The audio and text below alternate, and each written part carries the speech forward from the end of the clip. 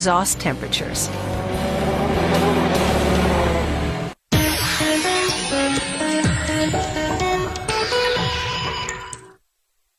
Animatronics is the construction of robotic puppets that move in a lifelike way. You often see animatronic characters in science fiction movies, as well as theme parks and carnivals.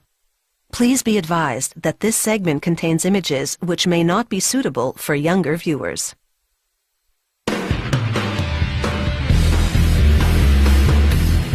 When it comes to the horror genre, the more gruesome the animatronic character, the better. Meet Crazy Kristen. She starts out as a hunk of clay. Her creator sculpts her form on a vertical table. Once he finishes her shape, he switches to finer tools to craft her gory features.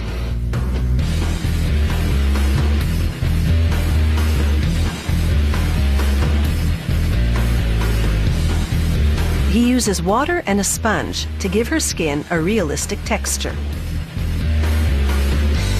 Once the clay has hardened, they lay Crazy Kristen on her back and drown her in gypsum plaster. In an hour or so, the plaster sets, and they remove the sculpture, creating a mold from which they'll produce multiple Crazy Kristens. The mold is quite heavy, so for easier handling, they sever the body in two. Then they fill each mold cavity with liquid latex rubber. A 3mm skin soon hardens against the mold cavity wall. They suction out the remaining liquid latex.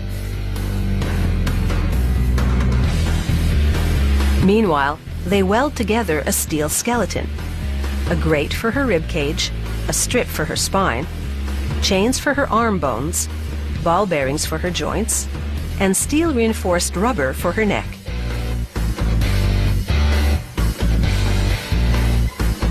So far, Crazy Kristen has skin and bones. Now she needs flesh. They fill each mold cavity with expanding polyurethane foam. To control the expansion, they cover the top with a plastic sheet and guide the foam with their hands. The lower body doesn't require an inner support structure because it's immobile, just steel chains in the legs to hold them in place.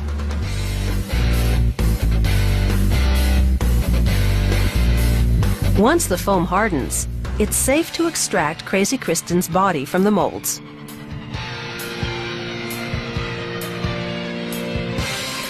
They trim off excess latex along the perimeter. Then sit her upper body on a large swiveling ball bearing mounted on a vertical metal base. They insert a pair of rods through holes in the base. Each rod is bolted to a plate sitting on those ball bearing joints in her skeleton. The other end gets welded to the base. These cylinders are pneumatic, meaning air pressure opens and closes them, making Crazy Kristen thrash about. It's all controlled by this digital device they mount on a guitar amplifier. It sends electric pulses that control the pneumatic cylinders. An actress records the accompanying shrieks and moans. They transfer the soundtrack to the digital control box. The box triggers the sound effects along with the movement. It's time to apply Crazy Kristen's makeup. For her skin colors, they use a half-half mixture of house paint and liquid latex rubber. For her eyeballs, they use off-white opaque ink. Then they airbrush the iris and paint in the pupil with the stick end of a small brush. A few veins with a red pen, airbrushed ink on her mouth guard, and finally, clear epoxy over her eyeballs to make them glassy.